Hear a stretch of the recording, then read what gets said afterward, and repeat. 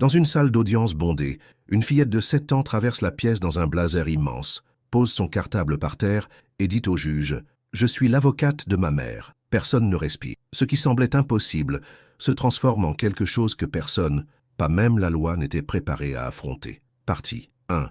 Le son de petits talons résonnait dans le couloir de marbre du tribunal de grande instance de Toulouse, comme le battement accéléré d'un cœur nerveux. C'était un matin d'avril, et la lumière dorée qui filtrait à travers les vitraux gothiques éclairait une fillette de 8 ans qui marchait avec détermination vers la salle d'audience numéro 3. Elle portait un blazer bleu marine, beaucoup trop grand pour elle, prêté par sa voisine, Madame Dupont, et une pochette en carton décorée de cœurs dessinés à la main. « Avec votre permission, monsieur, je suis l'avocate de ma mère », annonça-t-elle d'une voix claire au magistrat, qui leva les yeux de ses documents avec une expression de total désarroi. Le silence qui suivit fut si profond qu'on pouvait entendre le bourdonnement des lumières fluorescentes. Les avocats se regardèrent, le greffier arrêta sa transcription, et dans la galerie du public, une femme de 35 ans, Sophie Dubois, sentit que le monde s'arrêtait en regardant sa fille, Manon, se diriger vers la barre avec la confiance d'une juriste chevronnée. Tout avait commencé 3 mois auparavant, lorsque Sophie avait été licenciée de son poste de cuisinière à l'école Saint-Louis, un établissement privé d'élite au cœur de Toulouse. Les accusations étaient en vague. Conduite inappropriée, non-respect des protocoles, incompatibilité avec l'environnement scolaire, des mots vides qui cachaient une vérité bien plus sinistre. Le directeur de l'école, M. Laurent Petit, avait mis en place un système parfait d'exploitation du travail. Il embauchait des employés de la classe ouvrière, principalement des femmes immigrées ou des mères célibataires désespérées, avec des contrats temporaires qu'il renouvelait tous les 6 mois. Pendant ces périodes, il leur exigeait des heures supplémentaires non rémunérées, les obligeait à effectuer des tâches hors de leurs compétences, et quand l'une d'elles se plaignait ou montrait des signes de fatigue, il ne renouvelait tout simplement pas son contrat. Sophie avait été différente. Après 2 ans de travail silencieux, elle avait commencé à prendre note des irrégularités, des employés travaillant 14 heures, des cuisines insalubres qui violaient toutes les normes sanitaires, des enfants tombant malades à cause de la nourriture avariée servie pour économiser les coûts. Quand elle osa finalement parler, M. Petit la renvoya le lendemain. Mais Sophie sous-estima sa fille. Manon était une enfant observatrice, du genre à écouter les conversations depuis les escaliers et à mémoriser chaque mot. Pendant les semaines qui suivirent le licenciement, elle vit sa mère s'effondrer, les appels téléphoniques chuchotés dans la salle de bain, les nuits blanches, la façon dont ses yeux perdaient leur éclat chaque jour. L'avocat commis d'office, un homme épuisé par trop de dossiers, leur avait expliqué qu'elles avaient peu de chance. « C'est votre parole contre la leur, Madame Dubois, et ils ont des ressources que nous n'avons pas. » C'est alors que Manon prit une décision qui allait tout changer. Pendant 3 semaines, la fillette élabora un plan qui aurait impressionné n'importe quel stratège juridique. D'abord, elle convainquit Madame Dupont, sa voisine de 70 ans et ancienne professeure de littérature, de lui enseigner des termes importants parce qu'elle voulait aider maman. Madame Dupont, enchantée par la curiosité de la petite, commença à lui expliquer les concepts de base de la justice, des droits du travail et des procédures judiciaires. Mais Manon alla plus loin. Elle commença à enquêter par elle-même. Elle s'asseyait au jardin public en face de l'école après les cours, observant les employés qui sortaient. Quand elle reconnaissait quelqu'un qui avait travaillé avec sa mère, elle s'approchait avec l'innocence que seule une enfant peut avoir. « Excusez-moi, vous connaissez ma maman Sophie ?» Elle travaillait dans les cuisines de l'école. C'est ainsi qu'elle découvrit que Marie-Thérèse, une aide ménagère, avait été forcée de mentir sur les conditions de travail de Sophie, que Thierry, le jardinier, avait vu M. Petit crier sur les employés, que Claire, une autre cuisinière, était tombée malade pour avoir travaillé avec des produits périmés, mais n'osait pas dénoncer par peur de perdre son emploi. La veille de l'audience, Manon dit à sa mère « Maman, demain je viens avec toi au tribunal. Manon, mon cœur, ce n'est pas un endroit pour les enfants. En plus, on sait déjà qu'on va perdre. On ne va pas perdre, maman. J'ai des preuves. » Sophie regarda sa fille avec un mélange de tendresse et d'inquiétude. Quelle preuve une fillette de 8 ans pouvait-elle bien avoir? Maintenant debout devant le magistrat, M. Olivier Rousseau, un homme de 50 ans connu pour sa rigueur, mais aussi pour son sens de la justice, Manon ouvrit sa pochette décorée de cœurs et en sortit une liasse de papier soigneusement organisée. Il y avait des dessins, des lettres écrites d'une écriture enfantine, et quelque chose qui fit que l'avocat de la défense de l'école, maître Jean-Luc Morin, se redressa brusquement sur son siège. Des photographies. « Monsieur le juge, » continua Manon avec le sérieux d'une professionnelle, « ma maman n'a rien fait de mal, mais le monsieur de l'école a fait des choses graves à beaucoup de gens. Le magistrat, après un moment de délibération interne, décida d'écouter. En 30 ans de carrière, il avait appris que la justice venait parfois des endroits les plus inattendus. « Allez-y, mademoiselle. » Il consulta ses papiers. « Dubois, vous pouvez continuer. » Manon inspira profondément et commença à raconter son enquête avec une précision qui laissa tout le tribunal stupéfait. Elle mentionna des noms, des dates, des situations spécifiques. Elle montra des dessins qu'elle avait faits des cuisines insalubres,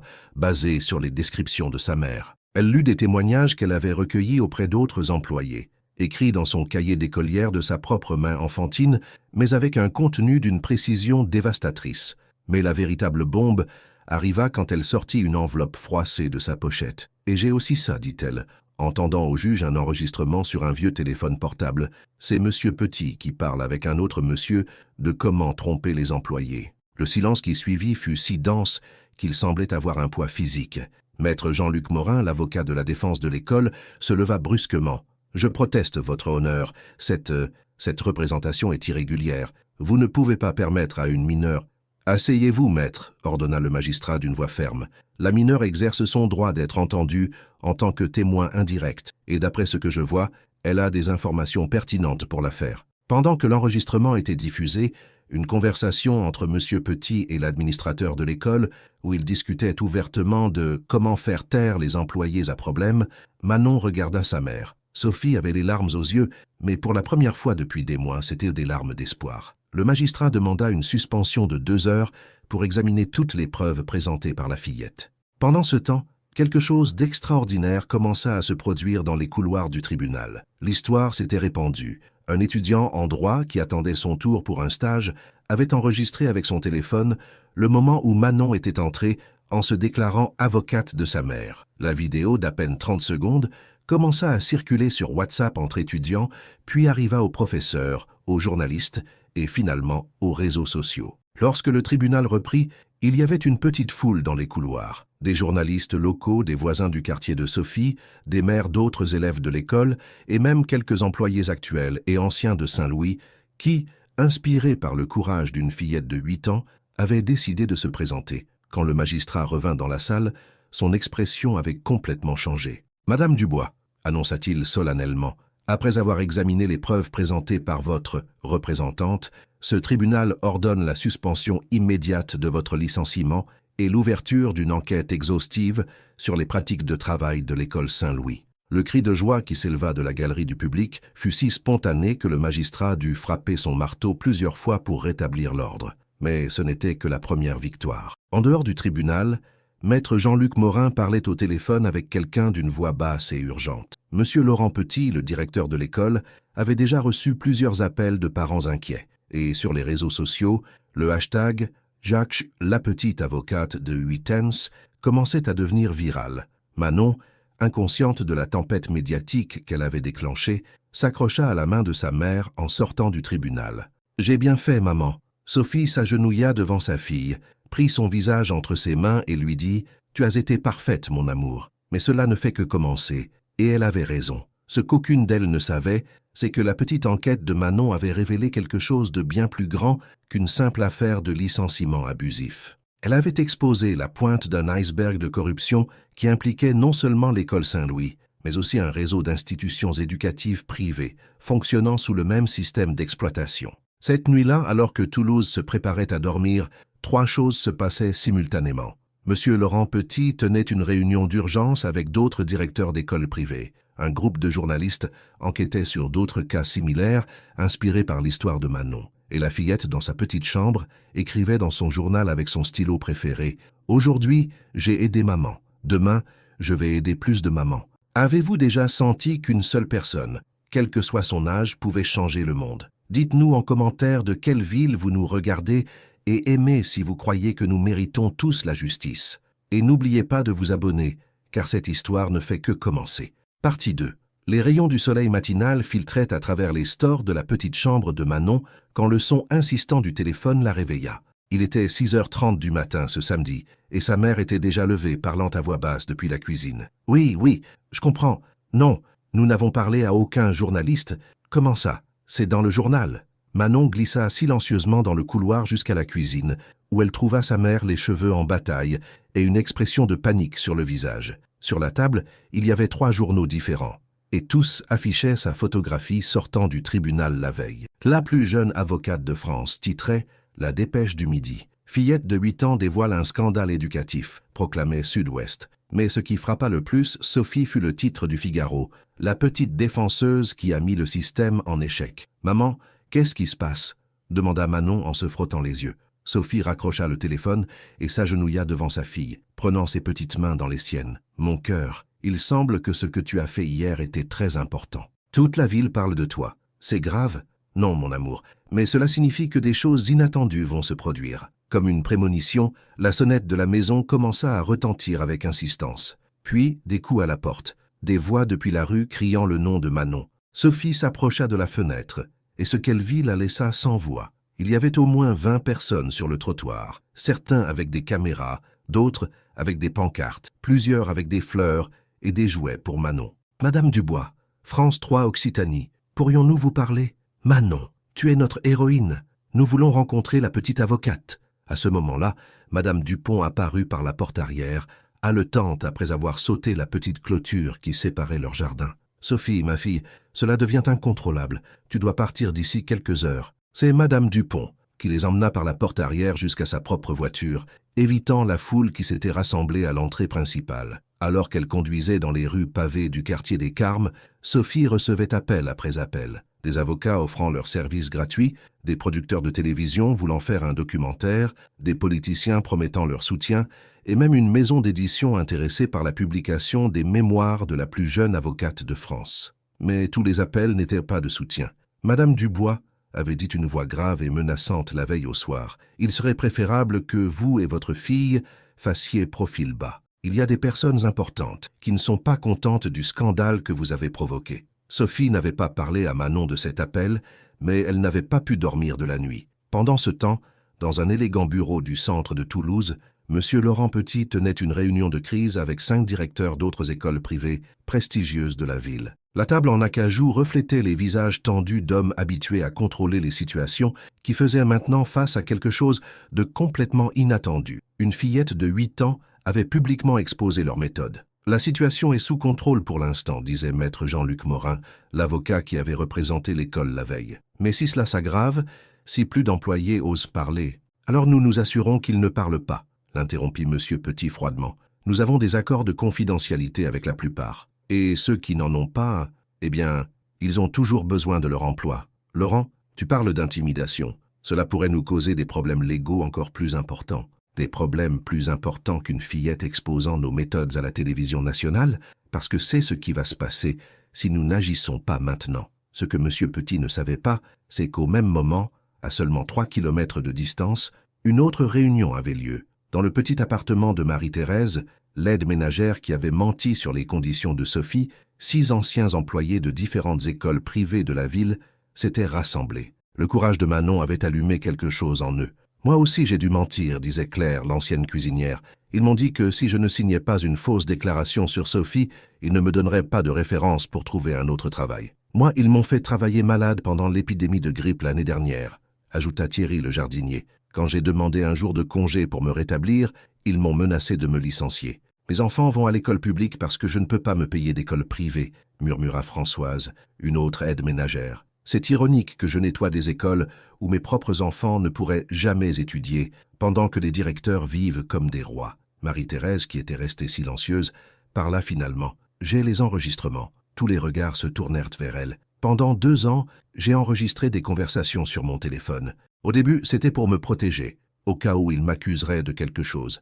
Mais ensuite, j'ai réalisé ce qui se passait vraiment. Ses mains tremblaient en montrant son vieux smartphone. J'ai Monsieur Petit qui admet qu'il embauche délibérément des mères célibataires parce qu'elles sont plus désespérées et moins problématiques. J'ai des conversations sur la façon d'éviter les inspections sanitaires. J'ai même un enregistrement où il prévoit de licencier des employés juste avant qu'ils n'atteignent 2 ans de service pour éviter de leur donner des contrats à durée indéterminée. Le silence qui suivit fut lourd, chargé d'années d'humiliation et de peur accumulée. « Pourquoi n'as-tu rien dit avant ?» demanda Claire. « Et qu'est-ce que j'aurais pu faire? Qui m'aurait cru? Mais maintenant, après avoir vu cette petite fille, avoir le courage que nous n'avons pas eu. C'est Thierry qui prit la décision qui allait tout changer. Nous allons soutenir Sophie et Manon, et nous allons raconter toute la vérité, Le lendemain, dimanche, l'émission La France en direct de France 3 diffusa une émission spéciale d'1 heure intitulée « La petite qui défia le système ». L'audience fut record, plus de 800 000 téléspectateurs, un nombre inhabituel pour une émission régionale. Manon apparut à l'écran vêtue de sa plus belle robe,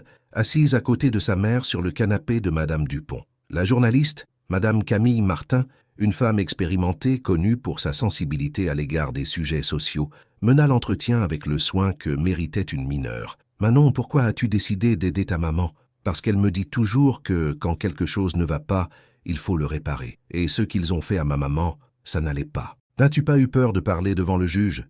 Oui, j'ai eu peur, mais j'ai eu plus peur que ma maman continue d'être triste. La simplicité de ses réponses contrastait avec la complexité de l'affaire qu'elle avait révélée. Mais ce furent les mots de Sophie qui touchèrent vraiment le public. Ma fille m'a appris que la justice n'a pas d'âge, que quand on a raison, peu importe à quel point on se sent petit ou insignifiant. La vérité finit toujours par éclater au grand jour. L'impact de l'émission fut immédiat. Les réseaux sociaux se remplirent de messages de soutien, mais des témoignages d'autres employés d'écoles similaires commencèrent également à arriver. Le lundi matin, le bureau de l'avocat commis d'office de Sophie avait reçu 15 nouvelles plaintes, mais la réaction la plus significative vint d'un endroit inattendu. Le magistrat Olivier Rousseau avait vu l'émission depuis chez lui, accompagné de sa femme et de sa fille adolescente. À la fin, sa fille lui avait dit « Papa, cette fille a fait plus pour la justice en un jour que beaucoup d'avocats en toute leur carrière. » Ces mots résonnèrent dans l'esprit du magistrat toute la nuit. Le lendemain, il prit une décision qui surprit tout le système judiciaire français. Il ordonna une enquête massive, non seulement contre l'école Saint-Louis, mais contre tout le secteur de l'enseignement privé d'élite en France. Cette affaire a mis en évidence d'éventuelles irrégularités systématiques, annonça-t-il lors d'une conférence de presse improvisée. La justice ne peut pas rester sourde lorsque la voix de la vérité vient des lèvres d'une enfant. La nouvelle parvint à M. Laurent Petit alors qu'il déjeunait dans son club privé, un endroit où l'élite toulousaine se réunissait pour discuter affaires loin des oreilles indiscrètes. Son téléphone ne cessait de sonner, des parents exigeant des explications, des avocats avertissant de possibles poursuites, des partenaires commerciaux exprimant leur inquiétude pour leurs investissements. Mais l'appel qui le préoccupa le plus fut celui de maître Jean-Luc Morin. « Laurent, il faut que tu comprennes la gravité de la situation. On ne parle pas seulement d'un licenciement abusif, on parle d'une enquête qui pourrait exposer une décennie d'irrégularités. Et tout ça parce que tu as sous-estimé une fillette de 8 ans. » Cet après-midi-là, M. Petit prit une décision désespérée. Il convoqua une réunion d'urgence du conseil d'administration de l'école et proposa une stratégie qui marquerait le début de la bataille la plus féroce que Manon et Sophie auraient à affronter. « Nous allons contre-attaquer », annonça-t-il avec un sourire froid. « S'ils veulent une guerre médiatique, ils l'auront.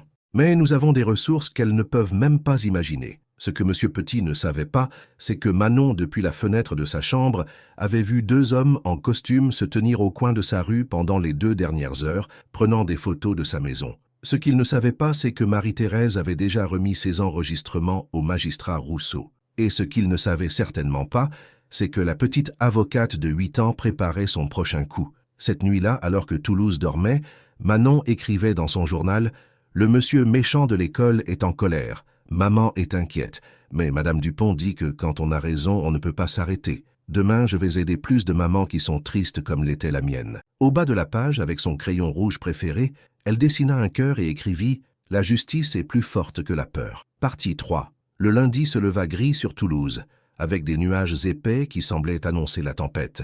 Manon se réveilla avant sa mère, comme elle l'avait fait ces dernières semaines, et se dirigea silencieusement vers la cuisine pour préparer le petit déjeuner. C'était une responsabilité qu'elle avait prise d'elle-même depuis qu'elle avait vu Sophie pleurer un matin parce qu'elle ne savait plus comment bien s'occuper de sa fille. Alors qu'elle étalait de la confiture sur les tartines, elle entendit le bruit caractéristique des journaux jetés contre la porte. Elle courut les ramasser, espérant y voir d'autres nouvelles positives sur son affaire, mais ce qu'elle découvrit la glaça. « Mère instrumentalise une mineure pour une vengeance personnelle », criait le titre du journal économique le plus influent de France. En dessous, une photographie de Sophie sortant d'un supermarché avec une expression sérieuse, accompagnée d'un article la décrivant comme une employée à problème avec un historique de confrontation. Mais ce n'était pas le pire. À la page suivante, il y avait une interview de 3 anciens collègues qui décrivaient Sophie comme conflictuelle, menteuse et manipulatrice.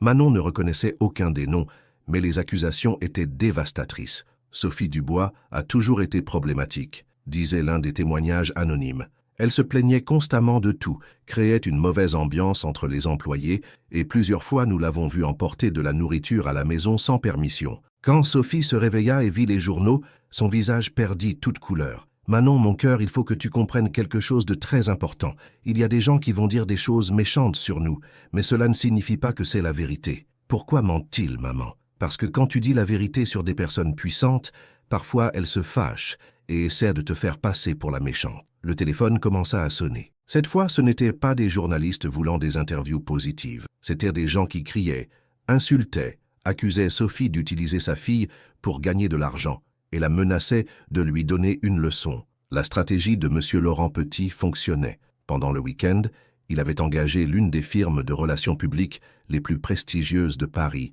spécialisée dans la gestion de crises de réputation. Leur plan était simple mais efficace, discréditer Sophie en tant que mère et employée, présenter Manon comme une enfant manipulée et rediriger l'attention médiatique vers de prétendues irrégularités dans l'enquête judiciaire. Maître Jean-Luc Morin avait coordonné la campagne avec une précision militaire. 3 anciens employés de l'école, licenciés des années auparavant pour diverses raisons, mais ayant besoin d'argent, avaient été contactés et convaincus de donner des témoignages négatifs sur Sophie en échange d'une compensation financière. Une agence de détectives privés avait enquêté sur l'historique financier de la famille Dubois, cherchant toute irrégularité qui pourrait être amplifiée. Mais le coup de maître avait été de contacter plusieurs médias conservateurs avec un récit soigneusement construit. Sophie Dubois était une mère irresponsable qui avait entraîné sa fille à jouer un rôle dans une stratégie conçue pour obtenir de l'argent facile grâce à un litige prud'homal. C'est une histoire émouvante, avait expliqué Morin à un journaliste allié.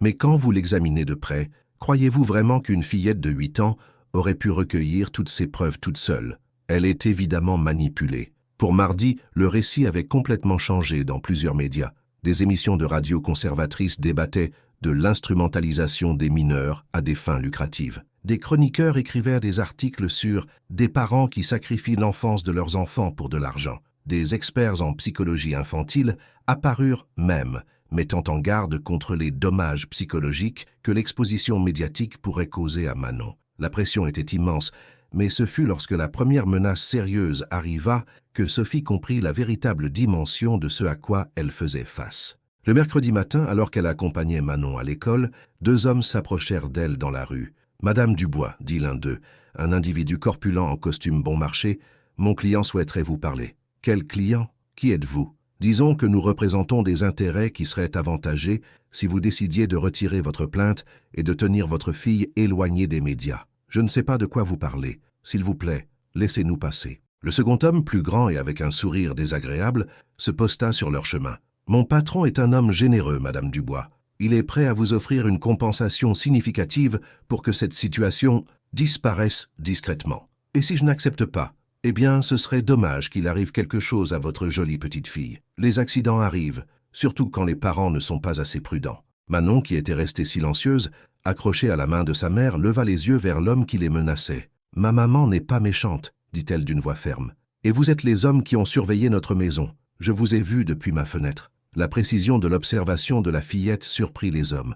Le plus grand s'agenouilla pour se mettre à la hauteur de Manon. « Tu es très intelligente, petite. Trop intelligente pour ton propre bien. » C'est à ce moment-là que Madame Dupont apparut, marchant vers eux avec un sac de course. « Sophie, qu'est-ce qui se passe ici? Qui sont ces messieurs ?» Les hommes se regardèrent, évaluant la situation. La présence d'un témoin n'était pas dans leur plan. « Il ne se passe rien, grand-mère, » dit le plus corpulent avec sarcasme. « Nous avions juste une conversation amicale avec Madame Dubois. »« Eh bien, il semble que vous ayez fini de converser, » répondit Madame Dupont avec fermeté, se positionnant entre les hommes et la famille. « Alors il vaut mieux que vous partiez. » Après que les hommes se soient éloignés, Sophie tremblait visiblement. « Simone, cela devient dangereux. Je ne peux pas mettre Manon en danger. »« Sophie, ma fille, tu crois que ces hommes sont apparus parce que ton affaire n'est pas importante? Au contraire, ils sont apparus parce que ton affaire est si importante que quelqu'un est prêt à payer beaucoup d'argent pour te faire taire. » Cet après-midi-là, Madame Dupont fit quelque chose qui allait complètement changer le cours des événements.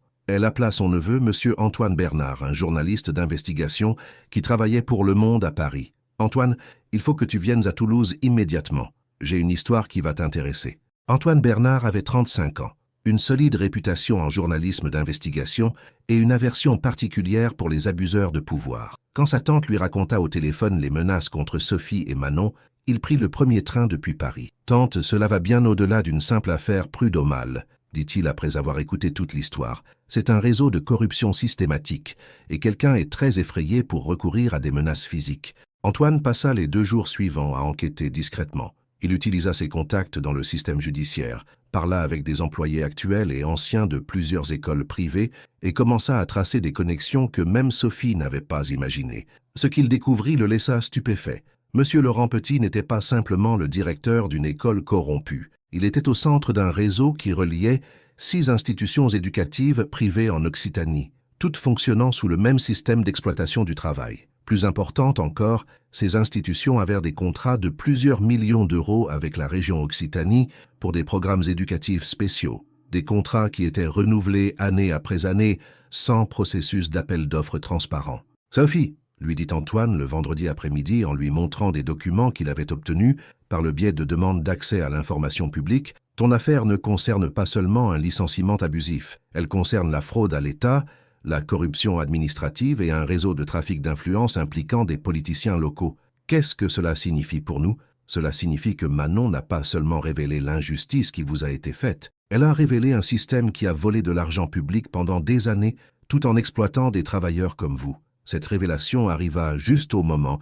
où M. Laurent Petit préparait son coup final contre la famille Dubois. Le samedi matin, une plainte anonyme arriva aux services sociaux, alléguant que Sophie était une mère négligente qui exposait sa fille mineure à des situations dangereuses à des fins lucratives. La plainte incluait des photographies de Manon entrant au tribunal, des coupures de journaux sur l'affaire et des témoignages de voisins préoccupés affirmant que la fillette montrait des signes de manipulation psychologique. La procédure fut immédiate. Une assistante sociale se présenta chez Sophie le dimanche matin avec une ordonnance pour évaluer les conditions de vie de Manon et déterminer s'il était nécessaire de prendre des mesures de protection. « Madame Dubois, je suis venue car nous avons reçu des informations préoccupantes concernant le bien-être de votre fille. » Sophie sentit le monde s'effondrer sous ses pieds. « Quelles informations? Qui a dit quoi? Je ne peux pas révéler les sources, mais je dois vous poser quelques questions et évaluer les conditions du foyer. » Manon, qui jouait dans sa chambre, apparut dans le salon avec curiosité. « Qui est cette dame, maman? »«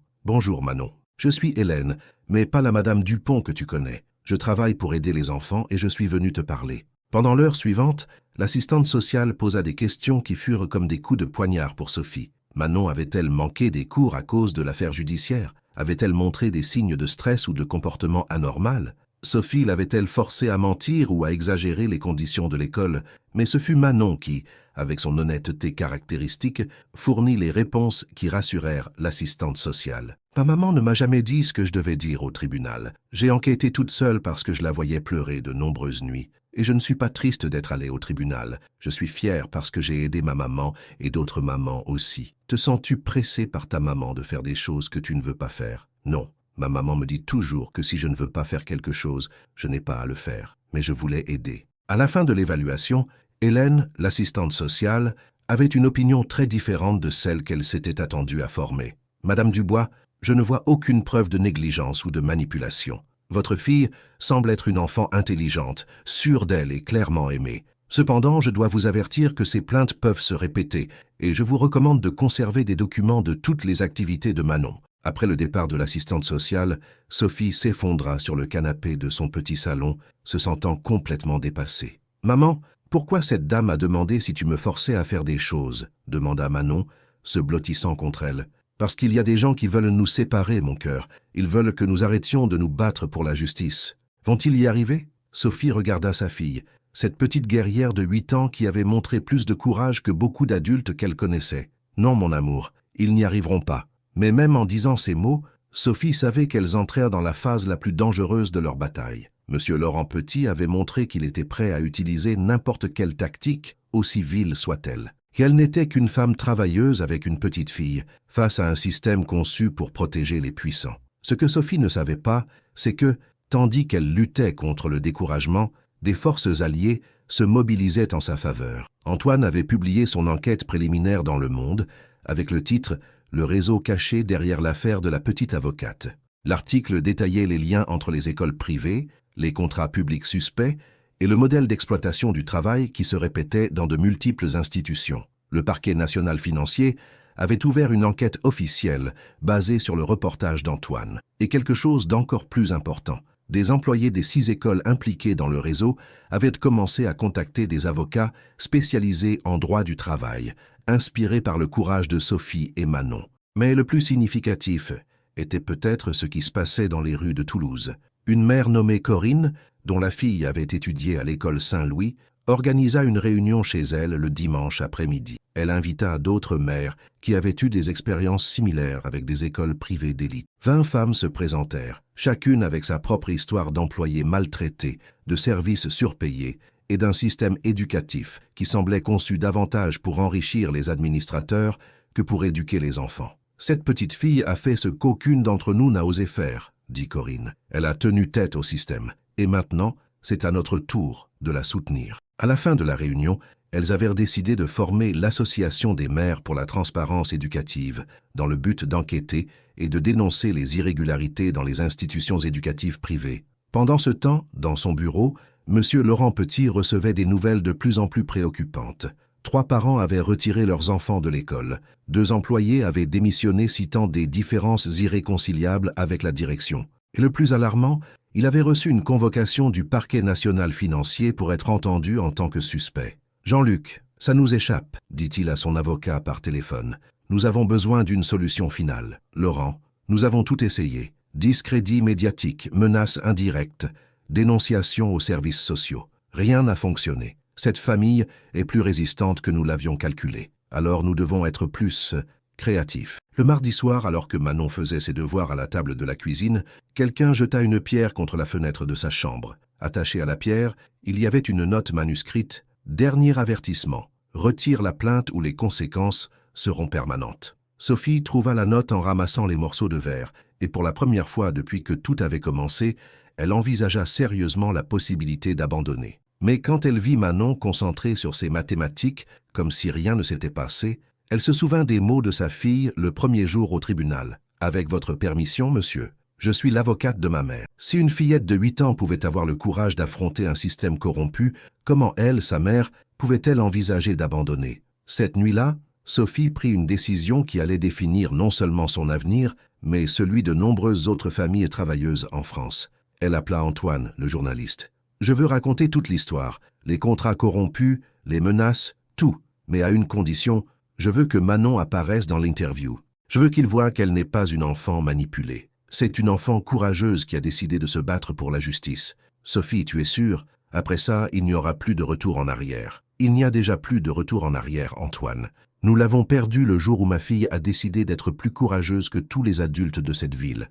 Avez-vous déjà dû choisir entre votre sécurité et faire ce qui est juste? Dites-nous en commentaire ce que vous feriez à la place de Sophie, et n'oubliez pas de liker si vous croyez que le courage n'a pas d'âge. L'histoire atteint son point le plus intense. Partie 4. L'entretien était prévu pour le jeudi à 17 h dans les studios de France 3 Occitanie. Antoine avait tout coordonné méticuleusement. Il serait diffusé en direct dans l'émission la plus regardée d'Occitanie et simultanément distribué aux médias nationaux et internationaux qui avaient manifesté de l'intérêt pour l'histoire. Le jeudi matin, Sophie se réveilla avec une sensation étrange dans l'estomac. Ce n'était pas exactement de la peur, mais la certitude que ce jour allait tout changer pour toujours. Manon, au contraire, semblait complètement sereine en prenant son petit déjeuner de céréales et en repassant mentalement ce qu'elle voulait dire. « Maman, tu crois que Monsieur Petit va regarder l'interview? » « Sûrement, mon cœur. Bien, je veux qu'il sache que je n'ai pas peur de lui. » À 15 h, Antoine arriva pour les accompagner au studio. Il apportait des nouvelles fraîches qu'il avait obtenues ce matin-là. « Sophie, il faut que tu saches quelque chose avant l'entretien. L'enquête du parquet national financier a découvert que les contrats entre les écoles de Monsieur Petit et la région Occitanie s'élèvent à plus de 12 millions d'euros au cours des 5 dernières années. Et il y a des preuves qu'au moins 4 millions ont été détournés vers des comptes personnels. Qu'est-ce que ça veut dire? Ça veut dire que Manon n'a pas seulement révélé l'exploitation du travail, elle a révélé un réseau de corruption qui a volé des millions d'euros d'argent public destiné à l'éducation. Au studio de télévision, Madame Camille Martin, la journaliste qui mènerait l'entretien, s'entretint brièvement avec Sophie et Manon avant l'antenne. « Manon, tu comprends que beaucoup de gens vont regarder cet entretien ?»« Oui, Madame Camille. J'espère que les autres mamans qui sont tristes verront qu'on peut gagner contre les méchants. Tu n'as pas peur ?»« Un petit peu.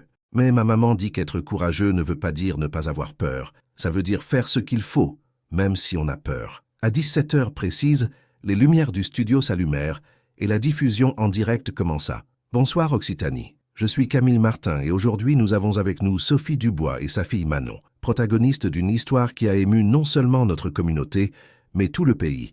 Manon, 8 ans, est devenue la plus jeune avocate de France en défendant sa mère dans une affaire de licenciement abusif. Mais ce qui a commencé comme une affaire prud'homale a révélé un réseau de corruption qui atteint les plus hauts niveaux du système éducatif occitan. Camille s'adressa d'abord à Sophie. « Sophie, 2 mois se sont écoulés depuis que Manon s'est présentée au tribunal.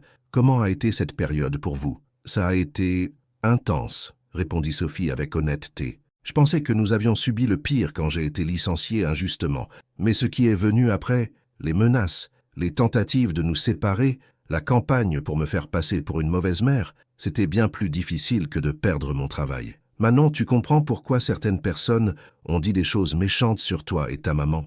Manon réfléchit un instant avant de répondre, avec ce sérieux qui la caractérisait. « Oui, je crois que oui. Quand les enfants à l'école font quelque chose de mal et qu'on les découvre, parfois ils se fâchent contre toi au lieu d'admettre qu'ils ont fait quelque chose de mal. Les adultes méchants sont comme les enfants méchants, mais avec plus d'argent. » La simplicité de la réponse arracha un sourire involontaire à Camille. « Sophie, nous avons reçu des documents qui montrent que le cas de votre licenciement n'est que la pointe de l'iceberg. Pouvez-vous nous expliquer ce que vous avez découvert d'autre ?» Sophie inspira profondément avant de répondre. « Camille, quand Manon a commencé son enquête, je pensais qu'il s'agissait seulement de nettoyer mon nom et de récupérer mon travail. Mais ce que nous avons découvert, c'est qu'il existe un réseau d'écoles privées qui non seulement exploitent leurs employés, mais ont volé des millions d'euros d'argent public destinés à l'éducation. Pouvez-vous être plus spécifique? Les contrats que ces écoles ont avec l'administration publique sont artificiellement gonflés. Ils facturent des services qu'ils ne fournissent pas,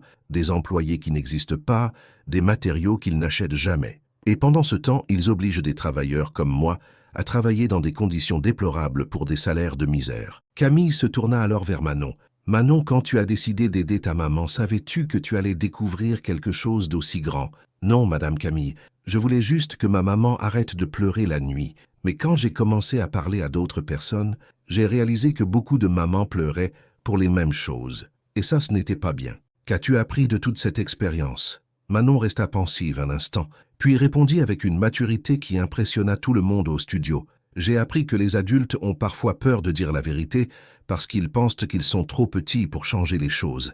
Mais moi, je suis vraiment petite, et j'ai pu changer des choses. Alors je crois qu'être petit n'est pas une excuse. » À ce moment-là, Camille reçut une note de son producteur. Son expression changea légèrement. « Ça a fité Manon.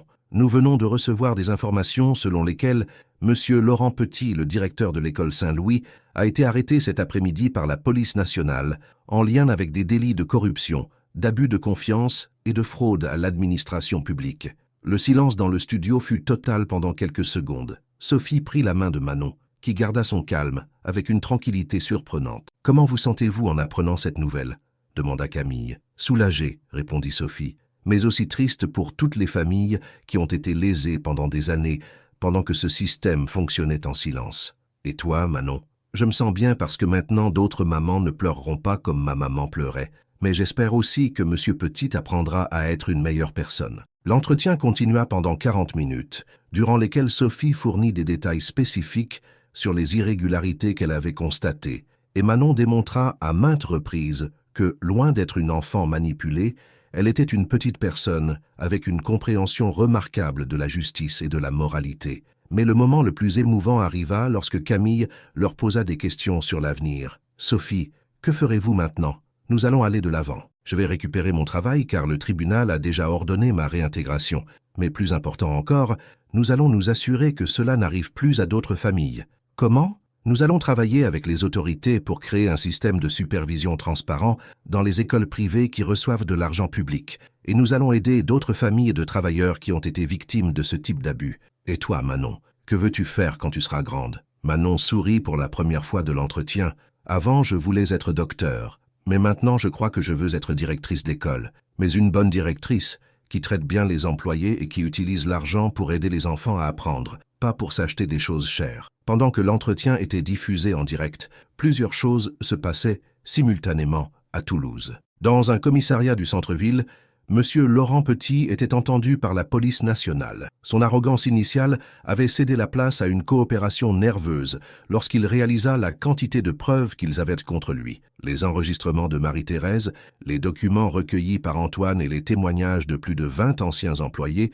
avaient construit un dossier solide contre lui. Au bureau du procureur, les accusations formelles étaient préparées non seulement contre Monsieur Petit, mais aussi contre 5 autres directeurs et 3 fonctionnaires de l'administration publique qui avaient facilité les contrats frauduleux. Dans les foyers de dizaines de familles de travailleurs, des femmes comme Sophie regardaient l'entretien les larmes aux yeux, se sentant pour la première fois depuis des années validées et pleines d'espoir. Mais la réaction la plus significative eut peut-être lieu dans les bureaux officiels de la région Occitanie. La conseillère à l'éducation convoqua une réunion d'urgence pour cette même nuit où la décision serait prise de mettre en œuvre immédiatement un nouveau système de supervision et de transparence pour tous les établissements éducatifs privés recevant des fonds publics. Lorsque l'entretien se termina, Sophie et Manon furent accueillis dans le studio par un groupe de journalistes, d'avocats et de représentants d'organisations sociales qui voulèrent leur offrir leur soutien.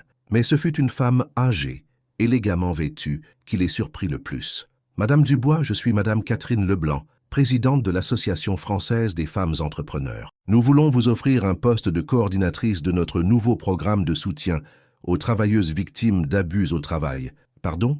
Votre expérience, votre courage et votre connaissance de première main de ces problèmes font de vous la personne idéale pour aider d'autres femmes dans des situations similaires. Le salaire est le triple de ce que vous gagnez à l'école et vous auriez une autonomie complète pour développer le programme. » Sophie regarda Manon qui acquiesça avec enthousiasme. « Ça veut dire que tu vas aider plus de mamans, maman. »« Oui, mon cœur, nous allons aider beaucoup plus de mamans. » Cette nuit-là, alors que Toulouse traitait tout ce qui s'était passé en une seule journée, Madame Dupont prépara un dîner spécial chez elle pour célébrer. Sophie, Manon, Antoine et plusieurs voisins qui avaient soutenu la famille pendant les mois les plus difficiles se réunirent autour de la table. « Je voudrais porter un toast, » dit Madame Dupont en levant son verre, « à Manon qui nous a appris que le courage n'a pas d'âge, à Sophie qui nous a montré qu'une mère peut soulever des montagnes pour la justice, et à nous tous qui avons appris que lorsque nous nous unissons, nous pouvons changer le monde. » Alors que tout le monde trinquait, Manon s'approcha de sa mère. « Maman, tu ne vas plus pleurer la nuit. »« Non, mon amour, je ne pleurerai plus la nuit. »« Bien.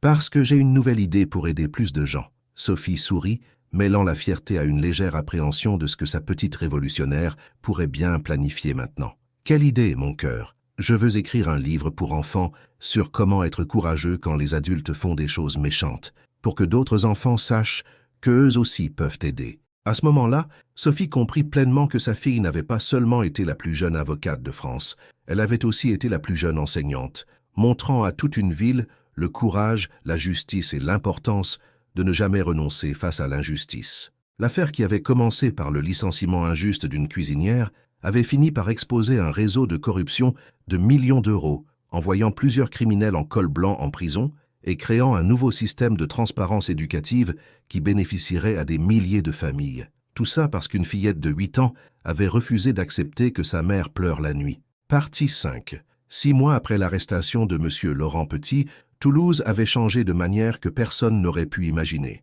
L'affaire de la petite avocate avait généré des ondes qui s'étendaient bien au-delà des tribunaux et des salles de classe, transformant la manière dont la ville comprenait la justice, le courage et le pouvoir de la voix individuelle. Sophie commença son nouveau travail de coordinatrice du programme de soutien aux travailleuses victimes d'abus au travail, un lundi d'octobre. Son bureau était situé dans un bâtiment historique du centre de Toulouse, avec des fenêtres donnant sur le Capitole et une vue qui chaque matin lui rappelait le chemin parcouru depuis ses jours de désespoir. Le premier jour, elle trouva sur son bureau 15 dossiers de femmes qui avaient demandé de l'aide après avoir vu son histoire à la télévision. Des cas d'exploitation du travail, de licenciements abusifs, de harcèlement au travail et de situations qui résonnaient douloureusement avec sa propre expérience. « Bonjour, je suis Madame Cécile Roux », se présenta une jeune femme aux yeux nerveux. « J'ai vu votre interview à la télévision et, j'ai besoin d'aide. » Cécile travaillait comme serveuse dans un restaurant de luxe où on lui exigeait des quarts de 14 heures.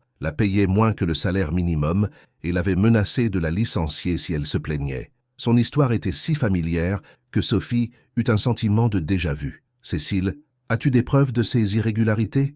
J'ai des photos des horaires, quelques messages WhatsApp du patron et… » Elle hésita un instant. « J'ai peur. »« Moi aussi j'avais peur, » lui répondit Sophie avec honnêteté. « Mais ma fille m'a appris quelque chose d'important. La peur est naturelle, mais elle ne peut pas être plus forte que le besoin de justice. » Pendant les mois suivants, Sophie aida plus de 50 femmes à déposer des plaintes pour des problèmes de travail. Son approche était globale. Elle fournissait non seulement un soutien juridique, mais aussi un accompagnement psychologique et, si nécessaire, de l'aide pour trouver de nouveaux emplois dans des entreprises qui avaient été vérifiées par son programme. Mais le véritable changement systémique se produisait à un autre niveau. L'enquête judiciaire avait révélé que le réseau de corruption éducative s'étendait à 12 écoles privées dans toute l'Occitanie. Les fonds détournés s'élevaient à plus de 20 millions d'euros, de l'argent qui avait été volé à des programmes destinés à améliorer l'éducation publique. Les arrestations se poursuivirent pendant des mois. Directeurs, administrateurs, fonctionnaires publics et intermédiaires qui avaient facilité le système. Monsieur Laurent Petit fut condamné à 8 ans de prison et à la restitution intégrale des fonds détournés. Dans sa déclaration finale devant le tribunal, il avait dit quelque chose qui avait fait écho dans toute la presse. « J'ai sous-estimé le pouvoir de l'honnêteté d'une enfant. Ce fut ma plus grande erreur. » Mais le changement le plus significatif fut peut-être la mise en œuvre du protocole Manon, un nouveau système de supervision et de transparence pour toutes les institutions éducatives qui recevaient des fonds publics en Occitanie. Le protocole comprenait des audits surprises mensuels, un système anonyme de dénonciation pour les employés, la participation obligatoire de représentants de parents d'élèves au conseil d'administration et la publication trimestrielle de toutes les dépenses et recettes de chaque institution. Nous voulons nous assurer qu'une travailleuse n'aura plus jamais à dépendre du courage de sa petite fille pour obtenir justice, avait déclaré la conseillère à l'éducation lors de la présentation officielle du protocole. Pour Manon, ces changements systémiques étaient importants, mais son attention était portée sur quelque chose de plus personnel, son livre. Avec l'aide d'une maison d'édition locale spécialisée dans la littérature enfantine, Manon avait commencé à écrire « Le courage de la petite vérité », un livre illustré destiné aux enfants de son âge sur la façon de reconnaître les injustices et de trouver des moyens appropriés d'aider. « Je ne veux pas que d'autres enfants pensent qu'ils doivent faire ce que j'ai fait », expliqua Manon à l'illustratrice lors d'une de leurs séances de travail. « Chaque enfant peut aider différemment, mais tous peuvent aider d'une manière ou d'une autre. » Le livre comprenait des histoires d'enfants aidant leur famille de différentes manières, en signalant le harcèlement à l'école, en aidant des voisins âgés, en protégeant l'environnement ou simplement en étant honnête quand ils voyaient quelque chose qui n'allait pas. Un samedi matin, alors que Manon travaillait sur les illustrations finales de son livre, elle reçut une visite inattendue. Marie-Thérèse, l'ancienne employée dont les enregistrements avaient été cruciaux pour l'affaire, apparut chez elle avec sa fille de 10 ans. « Manon, je voulais que tu rencontres ma fille, Clara. Elle aussi veut aider d'autres personnes, et j'ai pensé que vous pourriez être amis. » Clara était une enfant timide mais déterminée qui avait lancé un projet dans son école pour collecter des fournitures scolaires pour les enfants de familles en difficulté financière. « Ma maman m'a dit que tu as aidé beaucoup de mamans, » dit Clara à Manon. « Moi aussi je veux aider, mais je ne sais pas comment parler dans les tribunaux. »« Tu n'as pas besoin de parler dans les tribunaux, » lui répondit Manon avec un sourire. « Il y a beaucoup de façons d'aider. L'important c'est que lorsque tu vois quelque chose qui ne va pas, tu ne restes pas silencieuse. » Cet après-midi-là, les deux fillettes s'assirent dans le jardin de Madame Dupont, planifiant des façons dont les enfants de leur âge pourraient identifier et signaler des situations injustes dans leurs écoles et leurs communautés. « On pourrait faire une sorte de club, » suggéra Clara. « Oui, le club des petits défenseurs, » répondit Manon enthousiaste. Ce qui commença comme une conversation entre deux fillettes se transforma dans les semaines suivantes en quelque chose de beaucoup plus grand. D'autres enfants du quartier s'intéressèrent au projet, puis des enfants d'autres écoles, et finalement des parents qui voulaient soutenir l'initiative. Pour décembre, le Club des petits défenseurs comptait plus de 100 membres dans toute l'Occitanie, coordonnés par un réseau de parents bénévoles et supervisés par des psychologues pour enfants qui s'assuraient que les activités étaient adaptées à l'âge. Les enfants du club organisèrent des campagnes de sensibilisation au harcèlement, des programmes d'aide pour les camarades en difficulté scolaire et des projets communautaires pour aider les familles dans le besoin. Mais le plus important était qu'ils avaient créé un espace où les enfants se sentaient habilités à parler lorsque quelque chose n'allait pas. Un jour, Un enfant de 9 ans du club rapporta que son professeur frappait les élèves. Un autre enfant de 10 ans dénonça que le directeur de son école demandait de l'argent supplémentaire aux parents pour des services qui devaient être gratuits. Une fillette de 8 ans alerta sur un adulte qui se comportait de manière inappropriée dans le parc près de chez elle. Dans chaque cas, les adultes responsables du club s'assurèrent que les plaintes étaient traitées de manière appropriée par les autorités compétentes, en maintenant toujours la sécurité et le bien-être des enfants comme priorité absolue. Ce que Manon a créé va au-delà d'une affaire judiciaire, commenta le magistrat Olivier Rousseau dans une interview avec un journal national. Elle a créé une culture où les enfants comprennent qu'ils ont une voix et que cette voix compte. C'est une leçon de civisme que de nombreux adultes devraient apprendre. Pour Sophie, voir l'impact que sa fille avait eu sur la communauté était à la fois une source de fierté immense et une préoccupation maternelle. Parfois, je me demande si elle n'a pas grandi trop vite, confia-t-elle à Madame Dupont un après-midi en prenant un café. Sophie, ma fille, tous les enfants grandissent, mais tous ne grandissent pas vers la bonté comme l'a fait Manon. C'est un cadeau. Tu n'as pas peur que toute cette attention l'affecte négativement? L'as-tu vue dernièrement? Elle reste une enfant normale. Elle joue, elle rit, elle fait des caprices quand elle ne veut pas faire ses devoirs. Mais en plus de cela, elle sait qu'elle peut faire une différence dans le monde. Ce n'est pas un fardeau, Sophie, c'est un super pouvoir. Et elle avait raison. Manon avait gardé son essence enfantine intacte. Elle collectionnait toujours des autocollants, adorait les films d'animation et s'enthousiasmait pour les mêmes choses que n'importe quelle fille de son âge. Mais elle avait ajouté à sa personnalité une dimension de responsabilité sociale qui la rendait unique.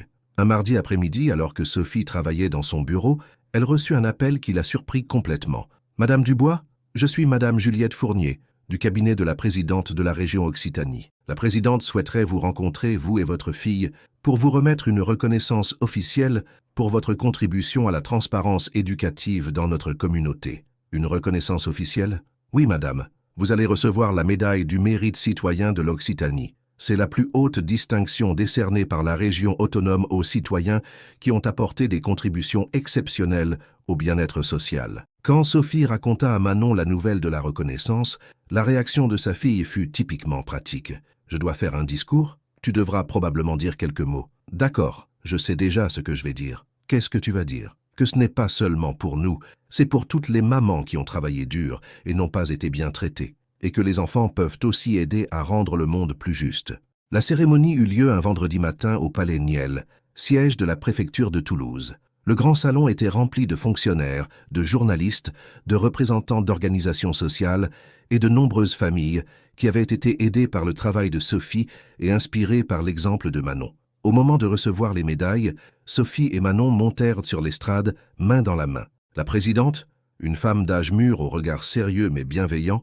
leur plaça les médailles tout en expliquant l'importance de leur contribution. Ces médailles reconnaissent non seulement le courage personnel de Sophie et Manon Dubois, mais aussi l'impact transformateur qu'elles ont eu sur notre communauté. Elles ont démontré que la justice ne dépend pas du pouvoir économique ou politique, mais de la détermination de personnes ordinaires qui refusent d'accepter l'injustice. Quand vint son tour de parler, Manon s'approcha du microphone avec l'assurance qu'elle avait acquise au fil des mois d'expérience en public. « Madame la Présidente, Mesdames et Messieurs, merci beaucoup pour cette médaille, mais je veux que vous sachiez que je n'ai rien fait de spécial. J'ai juste fait ce que n'importe quel enfant ferait si elle voyait sa maman pleurer la nuit. » Un petit rire parcourut l'auditoire face à l'honnêteté de la fillette. « Ce que je veux dire, c'est que j'ai appris quelque chose de très important ces derniers mois. Les adultes pensent parfois que les problèmes sont trop grands pour être résolus, mais aucun problème n'est trop grand si beaucoup de gens travaillent ensemble pour le résoudre. » Elle fit une pause, regardant le public où elle vit Madame Dupont,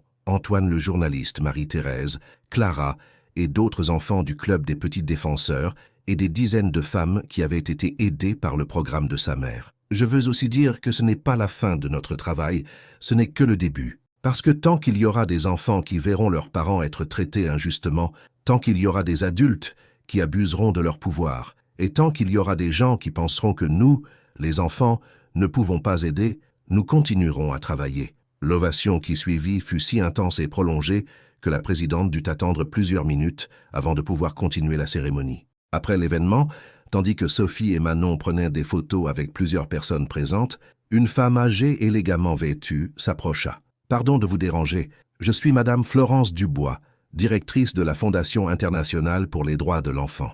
Nous avons suivi votre histoire et nous aimerions inviter Manon à participer à une conférence sur les droits des enfants qui aura lieu à Paris le mois prochain. Une conférence? Oui. Nous voulons qu'elle raconte son expérience à des délégués d'autres pays européens. Nous pensons que son histoire peut inspirer des changements similaires ailleurs. Sophie regarda Manon, attendant sa réponse. Y aura-t-il d'autres enfants à la conférence? Demanda Manon. Oui, il y aura des représentants de la jeunesse de toute l'Europe. Alors je veux y aller. Je veux rencontrer d'autres enfants qui aident aussi à rendre le monde plus juste. Cette nuit-là, de retour à la maison, Sophie et Manon s'assirent sur le canapé de leur petit salon, contemplant les médailles qui ornaient désormais la cheminée. « Maman, tu crois que ça va vraiment changer quelque chose ?» demanda Manon. « Qu'est-ce que tu veux dire, mon cœur ?»« Eh bien, nous avons aidé quelques personnes ici à Toulouse, mais il y a beaucoup de villes dans le monde où les enfants voient leurs parents pleurer la nuit. » Sophie réfléchit à la question de sa fille, une question qui démontrait une compréhension du monde qui allait bien au-delà de ses 9 ans. « Je crois que ce que nous avons fait ici peut inspirer d'autres personnes ailleurs, comme quand on jette une pierre dans un étang et que des ondes se forment et s'étendent de plus en plus loin.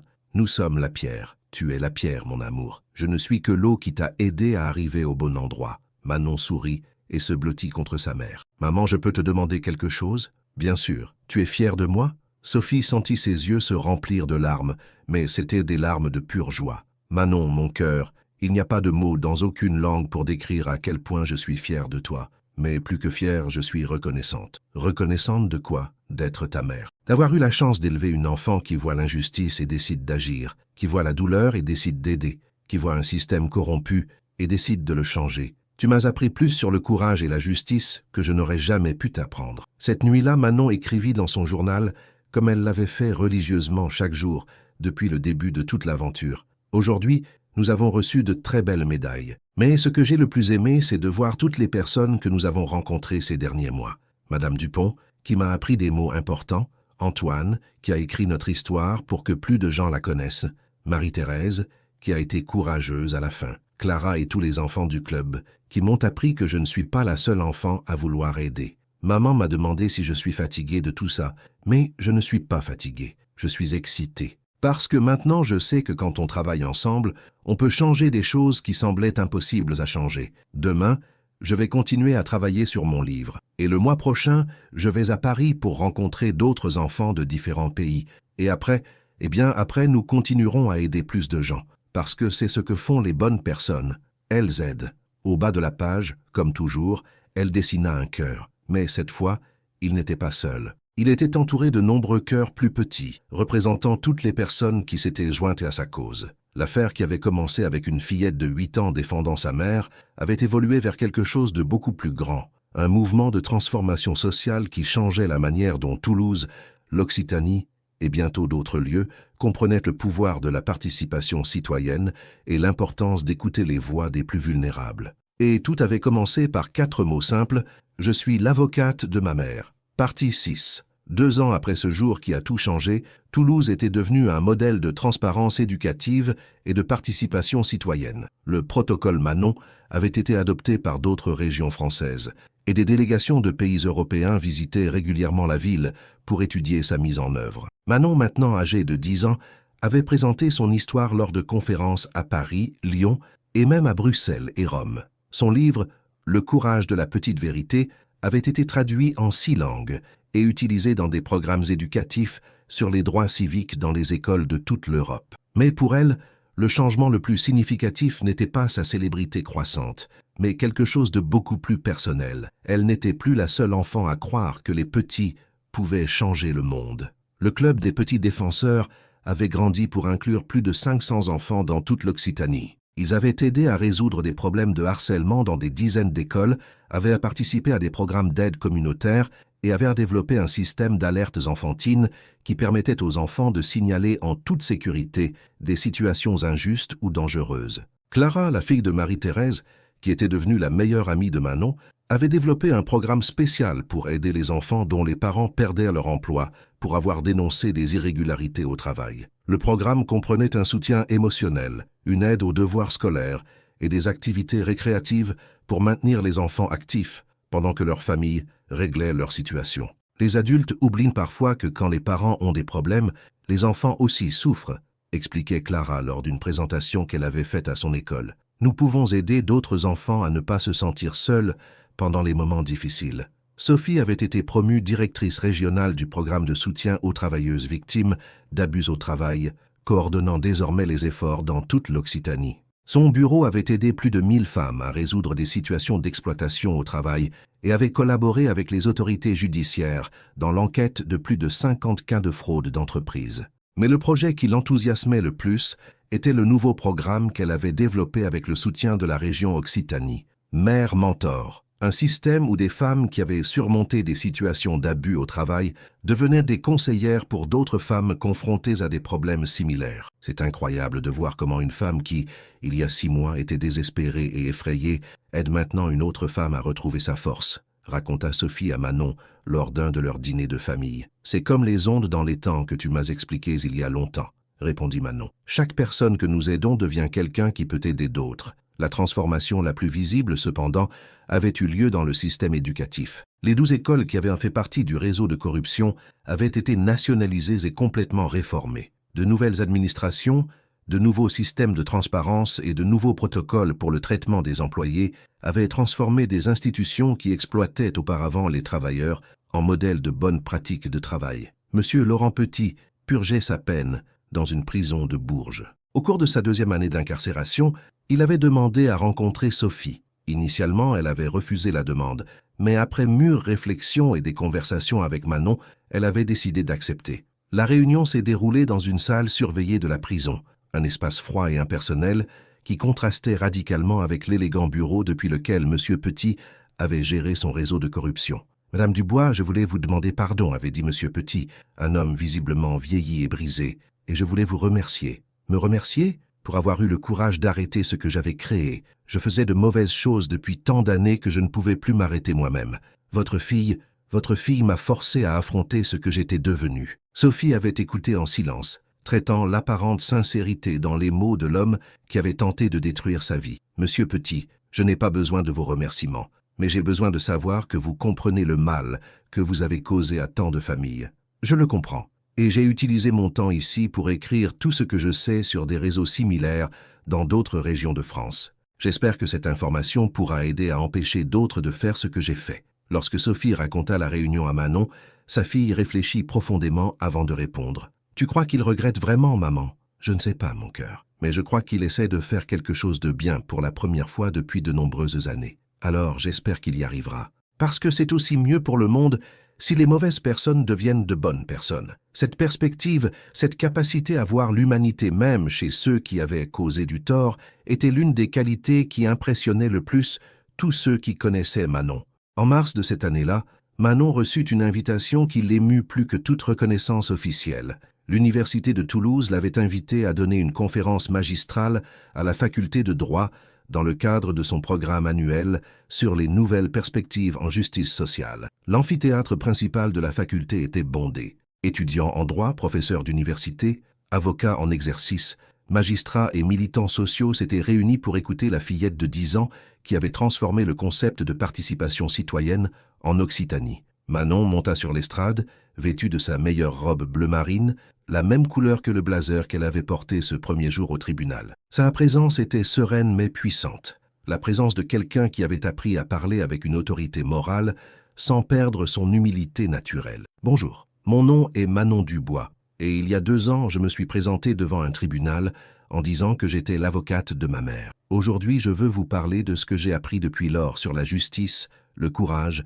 et la responsabilité que nous avons tous de prendre soin les uns des autres. » Pendant les 45 minutes suivantes, Manon développa des idées qui étonnèrent par leur profondeur et leur maturité. Elle expliqua comment la justice n'était pas seulement la responsabilité des avocats et des juges, mais de chaque citoyen qui refusait de rester silencieux face à l'injustice. Elle expliqua comment son expérience lui avait appris que le système juridique fonctionnait mieux lorsque les personnes ordinaires osaient y participer. Beaucoup d'adultes me demandent si je n'ai pas eu peur quand j'ai décidé d'aider ma mère. Bien sûr que j'ai eu peur, mais j'ai appris que le courage n'est pas l'absence de peur. Le courage, c'est de décider qu'il y a quelque chose de plus important que la peur. Elle parla également de l'importance de créer des systèmes permettant aux voix les plus vulnérables d'être entendues. Pendant longtemps, les personnes comme ma mère des travailleuses sans connexion puissante, sans argent pour des avocats chers, n'avaient aucun moyen de lutter contre les abus. Nous avons changé cela, mais nous ne pouvons pas être les seuls. Chaque communauté doit créer des moyens pour que les personnes les plus faibles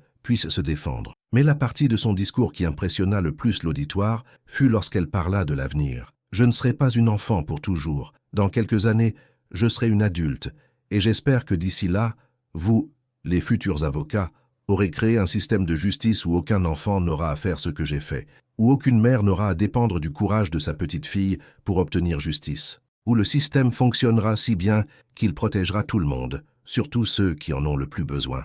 L'ovation qui suivit dura plusieurs minutes. Plusieurs professeurs avec les larmes aux yeux.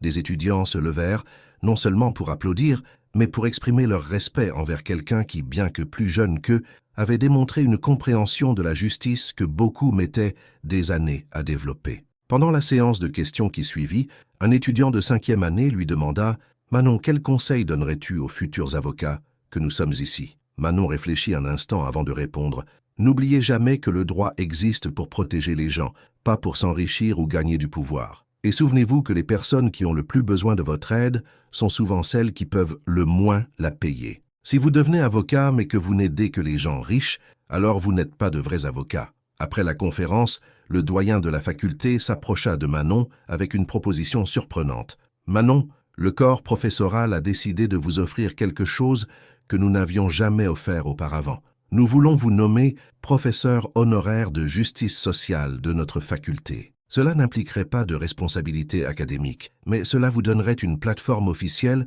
pour continuer votre travail éducatif. Cela signifie que je pourrais aider à enseigner aux étudiants?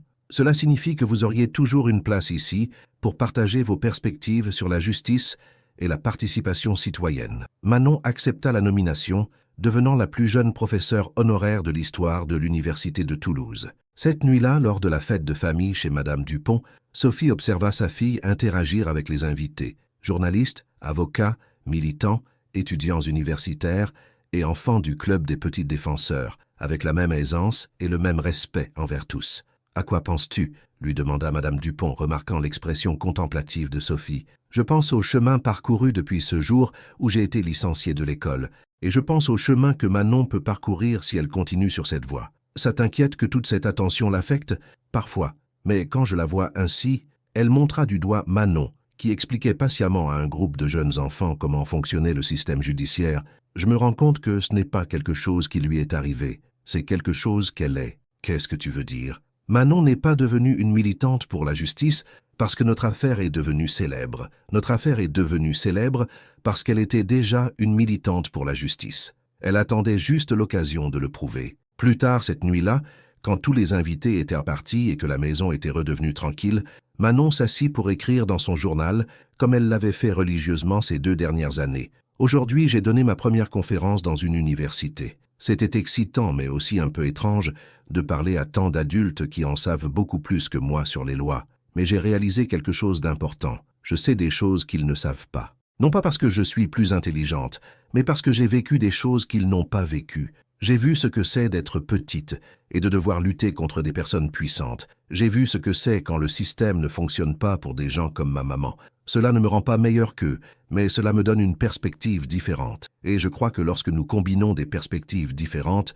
nous pouvons trouver de meilleures solutions. Certains étudiants m'ont demandé si je voulais être avocate quand je serai grande. Je ne suis pas encore sûr, mais je sais que je veux continuer à aider à rendre le monde plus juste, quel que soit mon travail officiel. Parce que j'ai appris qu'être un défenseur de la justice n'est pas un travail, c'est une façon de vivre. À la fin de la page, elle dessina son cœur caractéristique, mais cette fois, il n'était pas seul. Il était entouré de nombreux cœurs plus petits, représentant tout ce qu'elle avait appris. Une balance de la justice, une maison, représentant l'importance de la famille, une école, représentant l'éducation, et de nombreuses figures de petites personnes se tenant par la main, représentant la communauté. Dans le coin inférieur de la page, elle écrivit une phrase qui était devenue sa devise personnelle. « La justice n'a pas d'âge, mais elle a un cœur. » 3 ans après ce premier jour au tribunal, l'impact de Manon Dubois avait complètement transcendé les frontières de Toulouse. Son histoire avait inspiré des changements législatifs dans 5 pays européens,